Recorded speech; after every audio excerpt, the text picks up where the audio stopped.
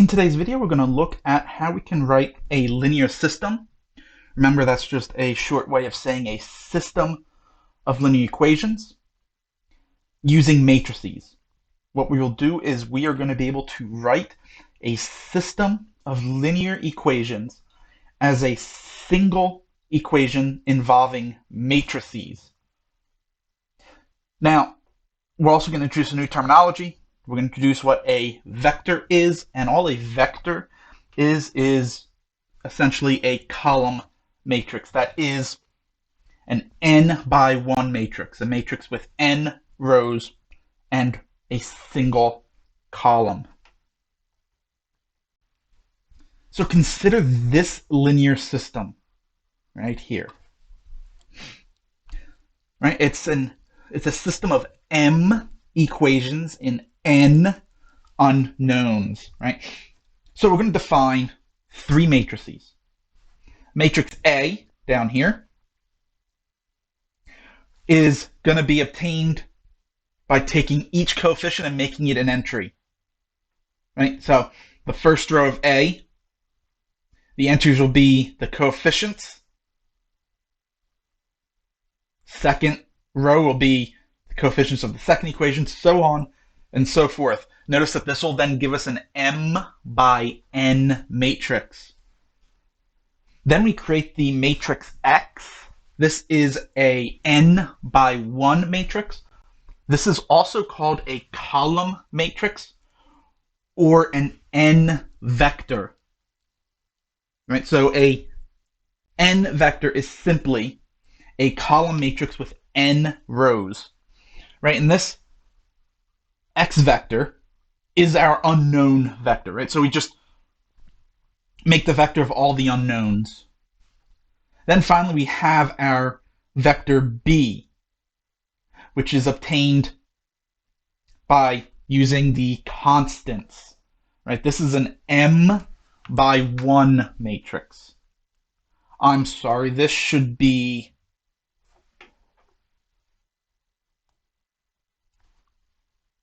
also an n by 1. That should have been a b sub n, not a b sub m. Right? And this will be our constant vector. Well, notice then that if we take a times x, this is the result we get down here. And notice that each row is an equation in the system. Specifically, the first row of ax is the first expression, right? It's the left-hand side of the first equation. Second row is the second expression, left-hand side of the second equation, so on and so forth. So we can represent this system in this form down here. This ax is equal to b. Make it highlighted. And I'll also write it up here.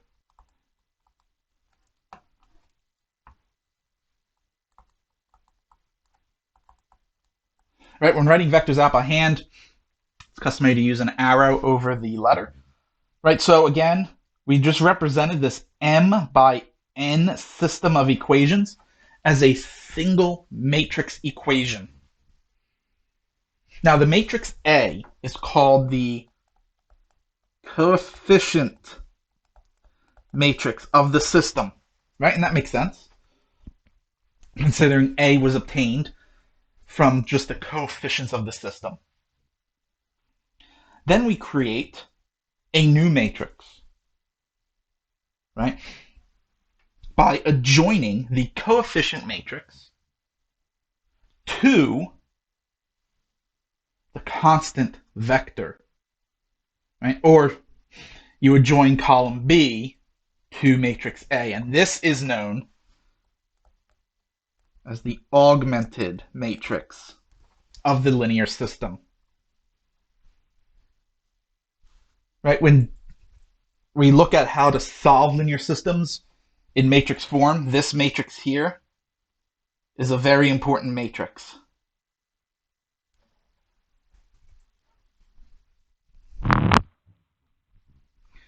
Finally, if the linear system is represented by ax equals 0, in other words, the constants are all 0, then we say that the system is homogeneous, or it is a homogeneous system.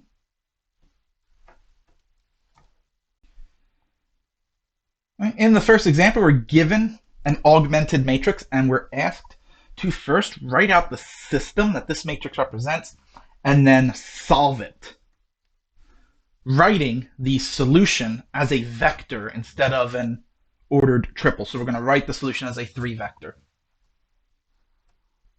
Well, remember that this piece right here is our coefficient matrix A, right? And then this piece here is our constant vector B.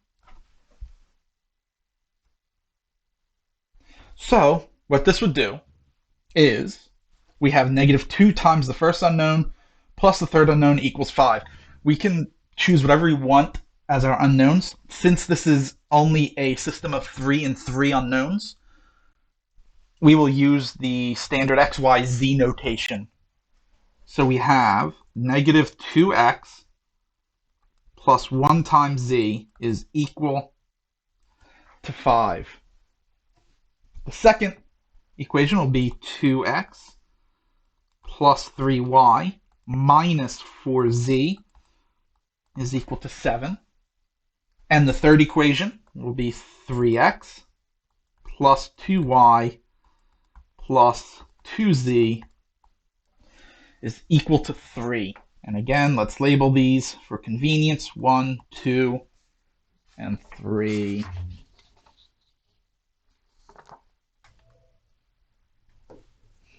Now, what we wish to do is use the method of elimination that we looked at previously. We look and it seems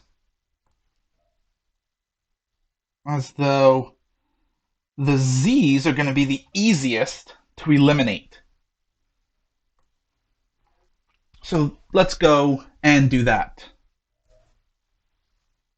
4 times equation 1 plus equation 2. This yields -6x plus 3y is equal to 27. Let's not worry about that yet. Then, if we do -2 times equation 1 plus equation 3, we'll be left with 7x plus 2y is equal to -7. Yeah, we'll call this 4, call this 5. Notice that this is going to leave us with a new system of 2 and 2 unknowns. Let's now do -1/3 times equation 4, right? Because notice that every constant, every coefficient in the fourth equation is divisible by 3, and let's get rid of that negative there. This will leave us with a 2x plus y is, minus y is equal to -9. And we'll call this equation 6. Right? So now the system that we're working with is those two equations, 5 and 6. Well, again, we look. Equation 6 has a coefficient of 1 in front of the y. So let's eliminate y. 2 times equation 6 plus equation 5. This will give us 11x is equal to -25. And so x is -25 over 11. Now, if we plug that x value into equation number 6. We get 2 times x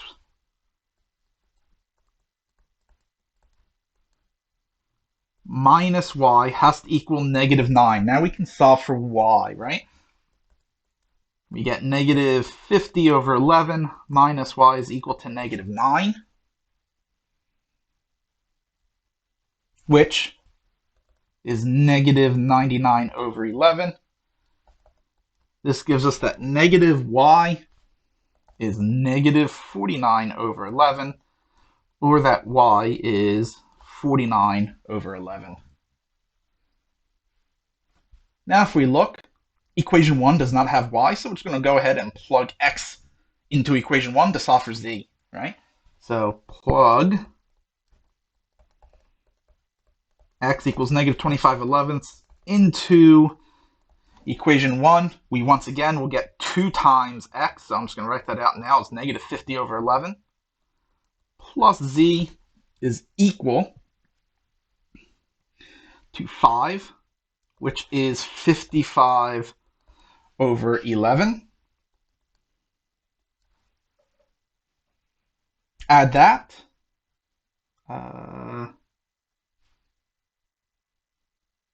I'm sorry, x had a -2 in front of it here. My apologies. So that should be positive 50 over 11. Subtract that, we get z is 5 over 11. So our solution vector is the 3 by 1 matrix, -25 over 11, 49 over 11, 5 over 11. And there's our solution to this linear system. All right, let's conclude by using this as a way of finding the inverse of a matrix. Now, for those of you who are taking my course, we have already seen how to do this in one of the worksheets. So this will just be a review. Starting with matrix A, right? So we'll recall that A times A inverse has to equal the identity matrix, right? So A, 1, -1, 0, 1, 0, -1, -6, 2, 3, times an arbitrary inverse matrix, x1, x2, x3, y1, y2, y3, z1, z2, and z3, equals the 3 by 3 identity. 1, 0, 0, 0, 1, 0, and 0, 0, 1. Oops. 1.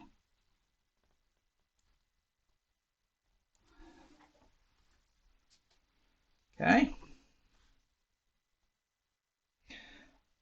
Doing the matrix multiplication. This will give us x1 minus y1.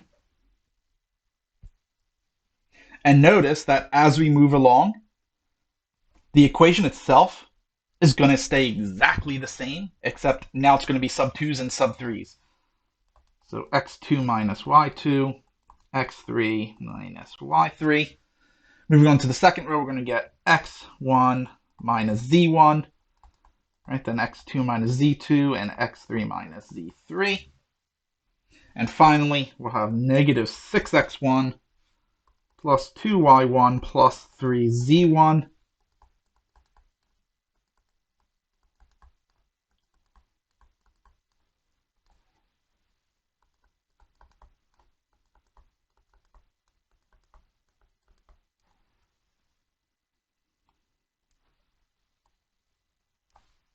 and that has to equal this matrix.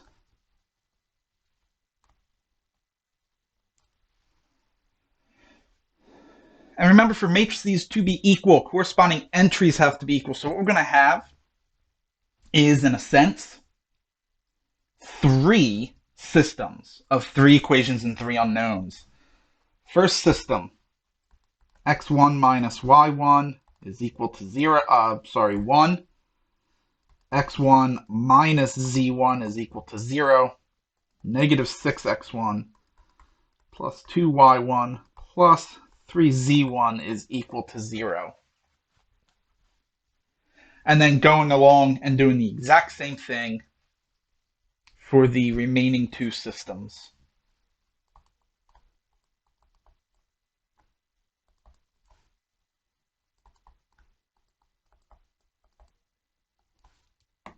Mix those up.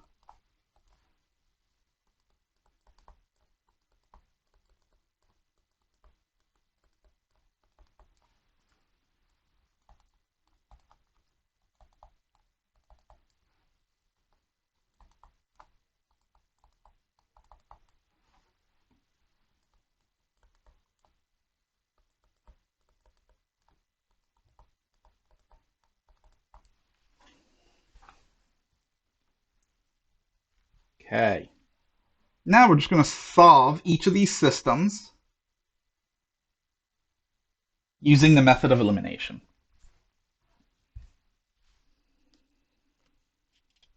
Let's get rid of the y1s first.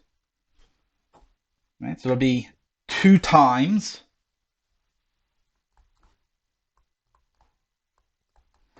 equation 1 plus equation 3. That'll leave us with negative 4x1 plus 3z1 is equal to 2. And carry down equation 2.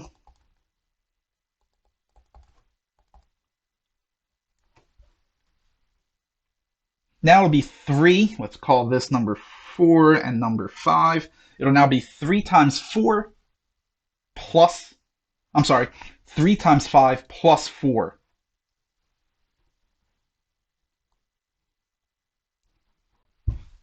Which will leave us with negative x1 is equal to 2. Right? So x1 is equal to negative 2.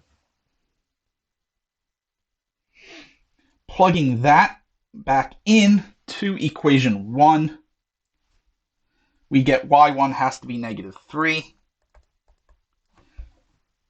And plugging x1 back into equation 5, we get that z1 has to be 2. Negative 2.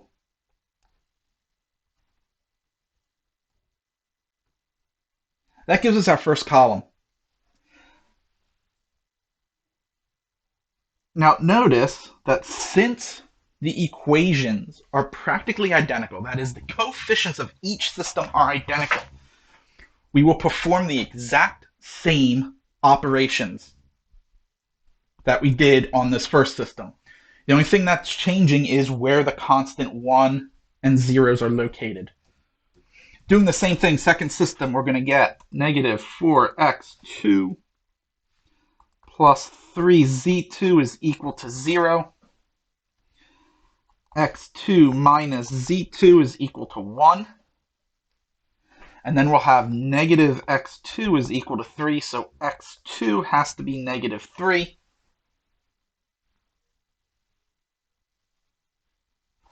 y2 would also have to be negative 3. z2 has to be negative 4. And finally, for the third system, we get negative 4x3 plus 3. z3 is equal to 1. And then x3 minus z3 is equal to 0. We'll get x3, negative x3 is equal to 1. So x3 is negative 1. y3 would have to be negative 1. z3 is also negative 1. We now have our 3 columns. Therefore, our A inverse. First column, -2, -3, -2. Second column, -3, -3, -4. Final column, -1, -1, and -1. Right? And there is our inverse matrix. For number 2, matrix B, same idea. Right now, B, recall, is the matrix 1, 2, 0, 3, -1, 2, -2, 3, -2. We will set up B inverse the same way we did A inverse.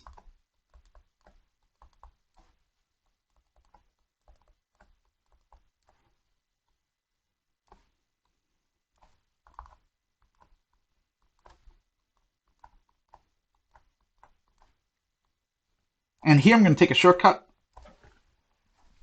Instead of writing out the product of B times B inverse first, I'm just going to jump right into writing it out as a system. All right. First system, we'll have x1 plus 2y1 has to equal 1. 3x1 minus y1 plus 2z1 has to equal 0. And negative 2x1 plus 3y1 minus 2z1 also has to equal 0. Right, remember the other two systems are going to be almost identical. Right, the only difference is where the 1 is located.